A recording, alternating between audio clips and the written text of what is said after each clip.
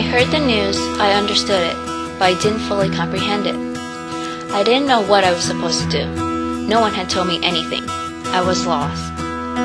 Apparently, all I had to do was sit. It gave me the opportunity to look around.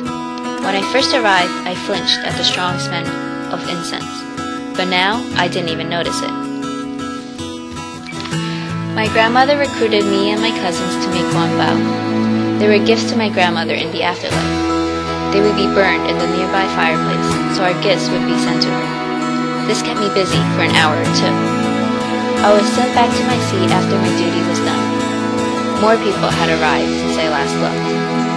Eventually, the procession continued, and I just continued to sit. In those few moments, I've never seen my grandfather so emotional. Yet he carried on to finish a series of prayers and blessings to my grandmother. Soon after he was done, the monks, who were patiently waiting at the side while my grandfather paid his respects, prayed as well. Then the whole family was brought into the prayers by the monks. I just looked around, unsure what to do, and followed my mom.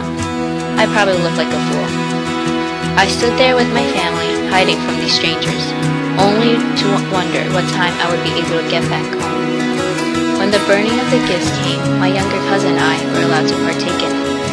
It was probably the most interesting thing I did. I almost forgot the reason why I was burning the gifts in the first place. After the funeral, I fell asleep very quickly once I got in the car. I remember waking up in time to see the hill where my grandmother was to be buried. At the end of the day, our entire family went to dinner. I noticed purple napkins and tablecloth instead of the usual red. Apparently, it was to symbolize a death instead of a celebration. In those 3 hours, I unleashed my pent-up energy and enjoyed myself in the presence of my family. The next time I went to my grandparents' house, I immediately noticed a difference in the atmosphere. There was no one to entertain me as my parents discussed business with my grandfather. There was no sound except hushed mumbling from the other room. The entire house seemed empty and dreary. It was the same situation each time I visited. Instead of hugging my grandmother when I visited, I kowtowed to her picture.